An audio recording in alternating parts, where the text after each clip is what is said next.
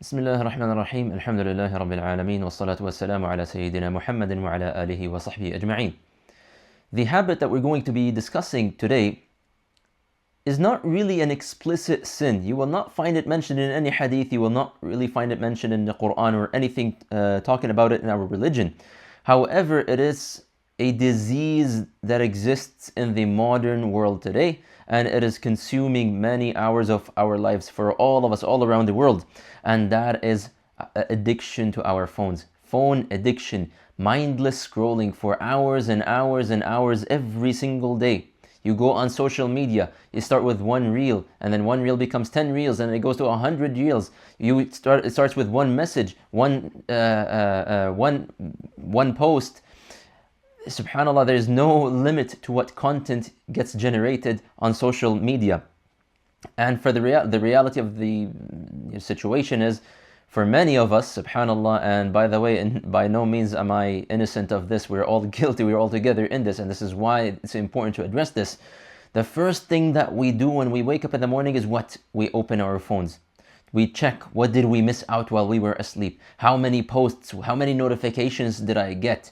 Did I get any text messages? Did I get any emails? You always had that constant urge that you need to catch up to everything. You have to check your phone and you have to start scrolling. It's the first thing that you start your day with, and it is also the last thing that you end your day with.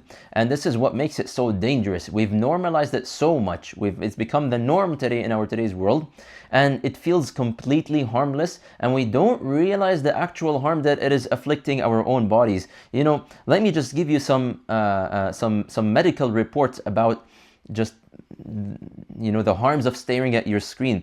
So some reports, they show that the average adult spends between 3 to 7 hours a day on their phone. Think about that number. 3 to 7 hours a day. That is through checking emails, through social media, playing games, speak on the phone. 3 to 7 hours a day. And nowadays, the new generation, the teenagers, they're spending probably an even longer time on that. And there are psychological harms that are associated with addictions to phone. So studies have found that it does lead to increased anxiety and depression. It does lead to sleep disruption, reduced attention span. This is a big one. Dopamine, irregular dopamine. I guess what's the word here? There's dopamine irregularities. The dopamine is the chemical that your brain releases upon feeling satisfaction. Okay, when something makes it happy, it's the reward chemical, and it makes you feel really, really good. So that becomes irregular in your body, and all of a sudden, your real life things that are physical around you in your real world no longer satisfy you the same way that your phone does.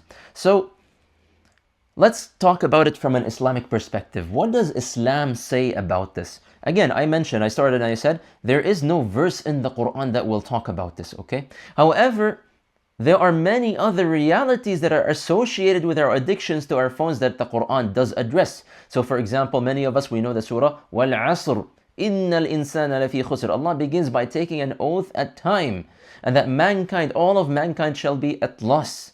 So the importance of time is mentioned in the Quran. In another surah, Allah Azza wa Jal calls out humanity, أَفَحَسِبْتُمْ أَنَّمَا خَلَقْنَاكُمْ عَبَثًا وَأَنَّكُمْ إِلَيْنَا لَا تُرْجَعُونَ. Do you think you guys were created on random? Do you think you were just created to play around and just to always be entertaining yourself? In another surah, Allah Azza wa Jal says, beginning of the surah, اقترب للناس حسابهم وهم في غفلة معرضون. The hisab, the day of judgment, has come close when humanity is so heedless. لاهية قلوبهم. Their hearts are so distracted. They're constantly distracted.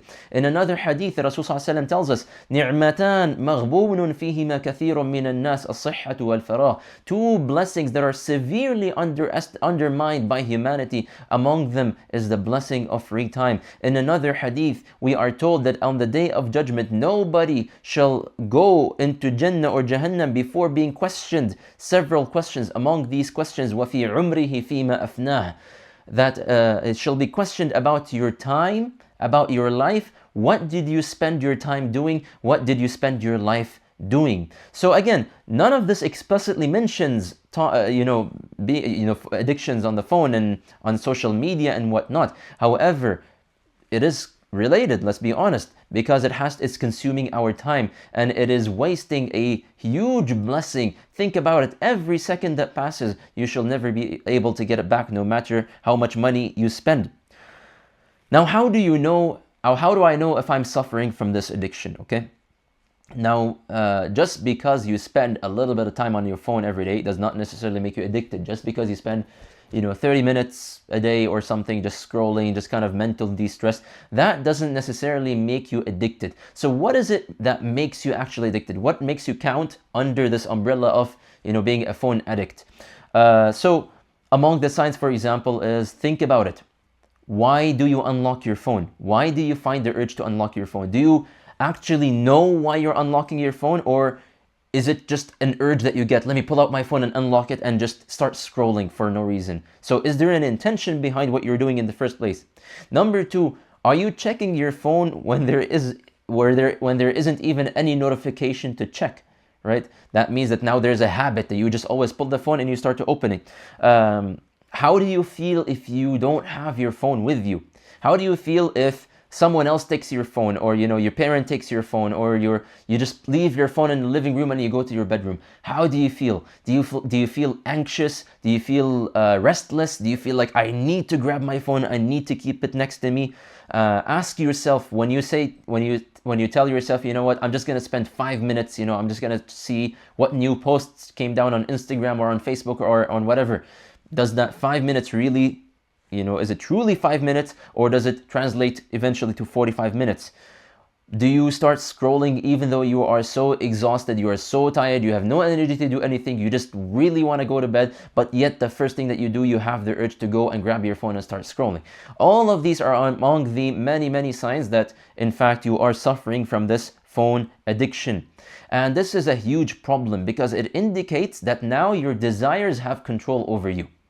Whereas in Islam, we are told, we are taught in the Quran that you are supposed to discipline your nafs so that you can control your own desires, such that when your nafs urges you to do something, you don't just blindly start going to do that. You think about it twice and then you make a conscious decision. Yes, I'm going to do that. No, I'm not going to do that. Allah Azza wa Jalla, He says in the Quran, admonishing those people, أَفَرَأَيْتَ مَنِ اتَّخَذَ إِلَهَهُ هَوَاهُ. Have you seen this kind of person who takes his God, who takes his own desires as his own God almost? Whatever his nafs commands him to do, he follows it. So, and now right now we are in the month of Ramadan. Of course, we are in the month of self-control, where we are training ourselves to control our nafs, to control our desires, to not let our desires go loose. And so this is among the desires that we need to put under control. Now, to put the phone addiction under control, we need to understand what is it that you're dealing with over here. What is it that causes you to be addicted to your phone? This is closely linked to the chemical that I mentioned earlier, and that is dopamine. This is the chemical that your brain releases upon feeling a sense of pleasure. Whenever something stimulates it and it makes you happy and it makes you entertained, that satisfied feeling that you get, this is a release of dopamine. And this is exactly what these social media engineers and whatnot, and these app engineers, that is exactly what they are working towards in their apps. That is what makes their social media platform so successful. Like literally, as we speak, there are engineers somewhere out there in some sort of headquarters, sitting in a meeting room, thinking, how can we please the users as much as possible such that they continue to scroll? And this is exactly what the algorithm does, right? It tailors the content based on what you like, based on your own desires. So you open your social media, it gives you something that you really like to look at. It knows it from your data, it knows that you want to look at it. So, and then you scroll, you finish, you scroll to the next one, it gives you something else, it entertains you. You scroll to the next video, it entertains you. And it continues on and on and on, and it becomes a cycle of entertainment. Now, this is the reality of what you are experiencing. All of us are experiencing this. Now, what is it that feeds that kind of addiction? And this is where we now get to the bottom of the issue. Usually, people have the tendency to pick up their phone when they fall among several different categories. Number one, you're bored. Okay, you're bored. You don't know what to do. You feel like you have nothing better to do. So you're like, you know what? I feel like I need to be doing something. Let me grab my phone and start looking into it. Sometimes the reason might be loneliness. You're just sitting by yourself. Your friends are busy. Your family is not there, and you just feel like all alone. So you're like, you know what? Let me feel like I belong somewhere by opening my phone. Perhaps you have certain responsibilities that are weighing over you, and this is, subhanAllah, a real thing. Sometimes you will find a student, they have final exams the next day, they know they need to study, but because of the overwhelming pressure that they're feeling, the stress, they cope with that stress by simply avoiding that responsibility completely. And so what do they find them doing? We find them on their own phones.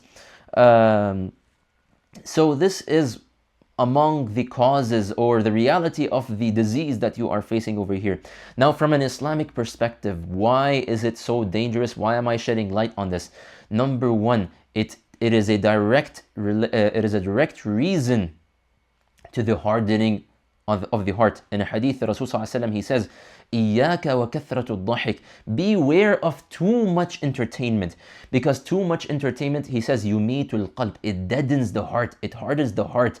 It makes it so that you always need to be on your phone, such that now regular ibadat like salah and reading Quran and whatnot, it doesn't hit you anymore. You're no longer focused on the Quran because you're thinking about the notification that you just received while your phone is in your pocket, and you just have the urge, I need to pick up the phone right now, I need to see what it is. So it hardens the heart. Number two, it opens the door to ma'siyah. It opens the door to sin. Let's be completely honest. For those of us who have accounts on social media, we know the reality of social media. These algorithms are not designed by Muslims, and a lot of time, many of these algorithms, they lead you towards haram. They lead you towards looking at haram, watching haram clips, or advertising haram content, whatever that means. So that is a reality. When you spend a lot of time on your phone, you're eventually going to find your way to haram content. And today it has never been easier to access haram on your phone. Another danger as well, it kills barakah in your life. Barakah, especially the barakah in time. You feel like the day flies by with a snap of a finger. You feel like you have so many things to do, but you feel like I don't have enough time to do anything. Why? Because more than likely you're spending a lot of time on your phone. So how do we break this habit? How do I cure myself from this habit? First and foremost, and this is something I mentioned earlier in the cause, ask yourself, make a conscious thought. Before you open your phone, ask yourself, why am I opening my phone right now? Is there a reason for me to open the phone right now? If you have a solid reason to open the phone, like maybe your mom messaged you, or you have an important phone call you need to make, that's completely fine. There's your reason. Go ahead and unlock your phone and use it. But if you have to sit down and think more than 3 seconds, why am I opening my phone right now? Then perhaps this is your sign. No, I am not going to open my phone. Fight against your own nafs and control it. Give your phone a purpose to be used, okay? So make an intention, associate an intention behind you opening your phone. Number two, and this is really, really important, create barriers. You have to create barriers to control how much time you have on your phone. That could be physical barriers, so you can maybe tell your spouse or your parents or someone, you know what, I want your help. I want to limit myself to 30 minutes every single day on my phone. If I exceed 30 minutes, take away my phone from me. Go and hide it somewhere where I'm not going to be able to find it. Or it could be a software that you can download. Nowadays, there's many apps that you can download. Some of them are built on your phone, and some of them are locked behind a password. So you can get someone else that you know to create a password that you're not going to know, so that you don't just unlock it whenever you feel like unlocking it, right? And what those apps, they do basically is they control your screen time. They control your time on certain apps, or they block your use on certain apps. So maybe if you find you're spending too much time on Instagram, then perhaps you can get someone whom you trust to set up a password, to set up this app on your phone and set up a password and program it such that, I only allow this, for every 24 hours, you're allowed 30 minutes of Instagram. And as soon as you exceed 30 minutes, even if you have that urge, you can't do anything about it, because guess what? The app blocks it for you. And even if you try to cheat your way through it, guess what? You need to type the password. You don't know the password, the other person does. So these barriers are very, very effective. Number 3, you're removing a habit, but you have to replace it with something, and ideally something beneficial.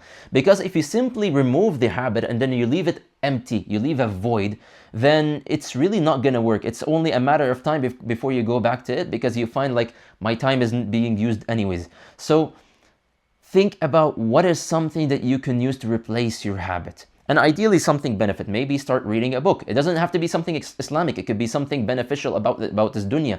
Go and read a book. Go and find a hobby. Go and work out in the gym. Go and do something. Okay? Go and socialize with the people. Go and call your boys. Be like, let's go get some coffee together. Whatever it is, go and do something to replace the time that you were spending on your phone.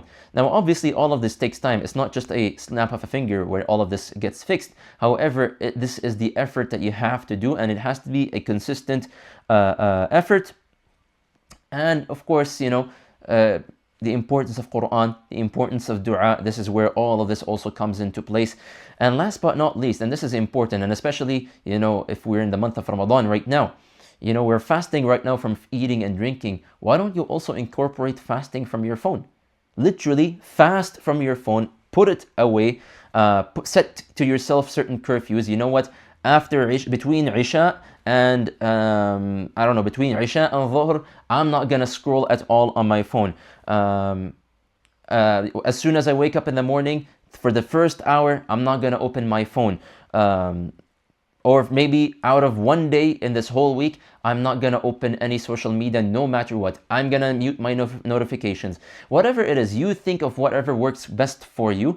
But the point here is you have to put in the effort, and it has to be constant effort, so that inshallah you can overpower and overcome this habit. So to just conclude this segment, inshallah, your phone in itself is not evil, but it has a lot of potential to do evil, to become evil, and it all depends on you and the way that you use it. So if you find yourself out of control, then make sure then this is your biggest sign that there's an issue, and you need to make sure to take the appropriate steps to overcome yourself and to put your desires in check.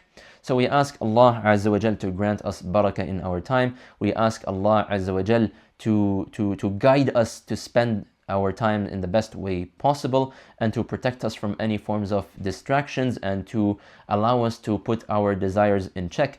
سبحانك اللهم وبحمدك أشهد أن لا إله إلا أنت أستغفرك وأتوب إليك والسلام عليكم ورحمة الله وبركاته.